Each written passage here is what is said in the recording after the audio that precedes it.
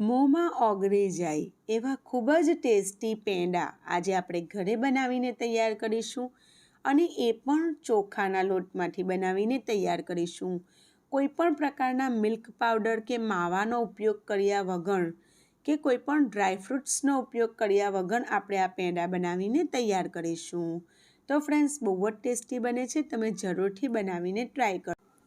આટલા પ્લેટ ભરીને પેંડા આપણે ફક્ત અડધા કપ ચોખાના લોટમાંથી બનાવીને તૈયાર કર્યા છે.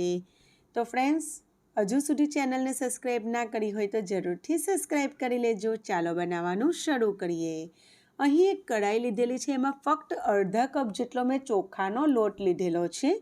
તો ધીમા તાપે એટલે કે સ્લો ફ્લેમે આપણે એને રોસ્ટ કરી લઈશું. તો 3 થી 4 મિનિટ સુધી સ્લો ફ્લેમ પર આપણે એનું કાચાપણું દૂર થાય ત્યાં સુધી ચોખાના લોટને શેકી લેવાનો છે. આજે તમને એકદમ પરફેક્ટ માપ સાથે આ પેંડા બનાવતા બતાવીશું. જુઓ, આ રીતનું સતત હલાવતા જઈને મેં એને 4 મિનિટ સુધી રોસ્ટ કરી લીધેલો છે. તો એમાંથી એક પ્રકારની સારી એવી સ્મેલ આવવા લાગતી હોય છે. તો ત્યાં સુધી મેં એને રોસ્ટ કરેલો છે. હવે ગેસની ફ્લેમ બંધ કરીને એક પ્લેટમાં હું એને કાઢી લઉં છું. બીજા એક વાસણમાં આપણે એને કાઢી લેવાનું. તો કાઢી લીધેલું છે મેં. પછી સેમ પેનમાં 1 કપ જેટલું ફૂલ ફેટ દૂધ લીધેલું છે. તો એમાં મેં મલાઈ પણ સાથે લીધેલી છે. તો દૂધની ઉપર જે મલાઈ થતી હોય છે એ મલાઈ સાથે જ મેં 1 કપ જેટલું દૂધ લીધેલું છે. તો જેટલો આપણે ચોખાનો લોટ લઈએ એના કરતાં ડબલ આપણે દૂધ લેવાનું છે. તો તમે કોઈ વાટકી પણ સેટ કરી શકો છો. તો જે વાડકીથી તમે અડધી વાડકી જેટલો લોટ લો એ વાડકી આખી ભરીને દૂધ લેવાનું. હવે એમાં મેં 1/4 કપ જેટલી ખાંડ એડ કરેલી છે. તો ખાંડ તમે વધારે ઓછી રાખી શકો છો, તમને જેટલું ગળ્યું ખાવાનું પસંદ હોય.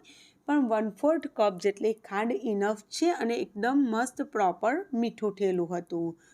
તો જુઓ, એને હલાવતા જવાનું છે. 2 થી 3 મિનિટ સુધી આપણે સરસ દૂધમાં ઉભળો આવી જાય ત્યાં સુધી દૂધને ગરમ કરવાનું છે. હવે એમાં મેં ઇલાયચી પાવડર એડ કરેલો છે, અડધી ચમચી જેટલો. તો નાની ચમચી છે અને અડધી ચમચી ભરીને મેં ઇલાયચી પાવડર એડ કરેલો છે. એનું ફ્લેવર આ પેંડામાં બહુ જ મસ્ત લાગતું હોય છે. તો એને પણ આપણે સારી રીતે મિક્સ કરી લઈશું અને બીજી 2 થી 3 મિનિટ સુધી આપણે દૂધને ગરમ થવા દઈશું. આજુબાજુ જે મલાઈ જેવું જામે એને આપણે દૂધમાં ભેળવી લઈશું અને મિક્સ કરતા જઈશું. એ રીતે દૂધને ગરમ કરીશું.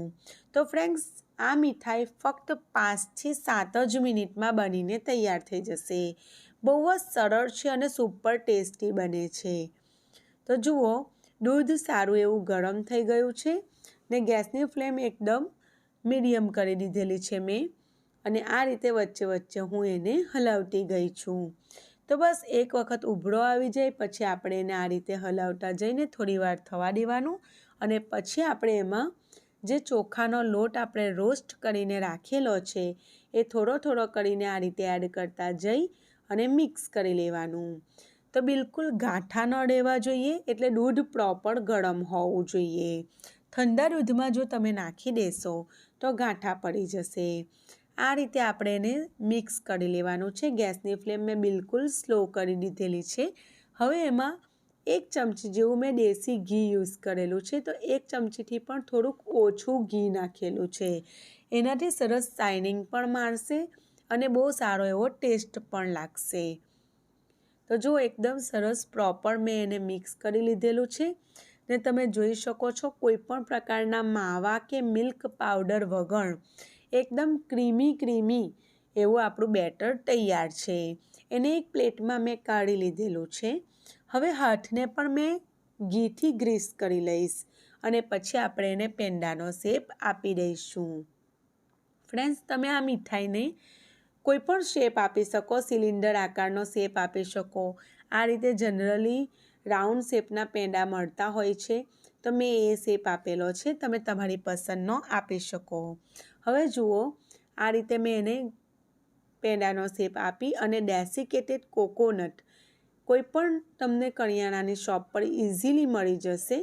તો સૂકો નાળિયેરનું છીણ આવે છે તે એના અંદર એને લપેટી લીધેલું છે અને ઉપરથી ખાલી ગાર્નિશિંગ માટે મેં થોડીક પિસ્તાની કતરણ નાખેલી છે.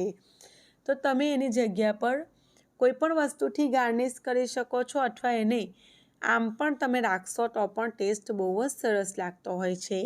પણ આ રીતે ડેકોરેટ કરવાથી એનું લુક પણ ખૂબ સરસ લાગતું હોય છે. તો જુઓ એ રીતે મેં બીજો પણ પેંડો તૈયાર કરી લીધેલો છે અને એને પણ ડેસિકેટેડ કોકોનટમાં આ રીતે મિક્સ કરી લીધેલું છે. એનો ટેસ્ટ પણ બહુ સારો લાગતો હોય છે અને એ રીતે મેં બધા પેંડા બનાવીને તૈયાર કરી લીધેલા છે. તો ફક્ત અડધા કપ જેટલા ચોખાના લોટમાંથી આટલી બધી ક્વોન્ટિટીમાં પેંડા બનીને તૈયાર થયા છે. એ પણ ઝટપટ અને ખૂબ જ હેલ્ધી અને ટેસ્ટી તો ખૂબ જ બન્યા છે. તો ફ્રેન્ડ્સ, તમે બનાવશો તો જ તમને ખબર પડશે કે રેસીપી કેવી છે. તો 100% જો તમે બનાવશો તો તમને બહુ જ પસંદ આવશે અને તમે વારંવાર આ રીતે બનાવશો અને જે ખાશે ને આ પેંડાને એ વિશ્વાસ પણ નહીં કરે કે આટલા સરસ પેંડા તમે ઘરે બનાવીને તૈયાર કર્યા. ફ્રેન્ડ્સ, મારી આ રેસીપી તમે કયા શહેર અને કયા દેશમાંથી જોઈ રહેલા છો તમારા નામ સાથે મને જરૂરથી જણાવજો. વિડીયો ગમ્યું હોય તો જરૂરથી લાઈક કરી દેજો ફ્રેન્ડ્સ. હજુ સુધી ચેનલને સબસ્ક્રાઈબ ના કરી હોય તો સબસ્ક્રાઈબ કરી લેજો. ફરી મળીશું એક નવી જબરજસ્ત રેસીપી સાથે. ત્યાં સુધી આવજો. Bye bye. Take care.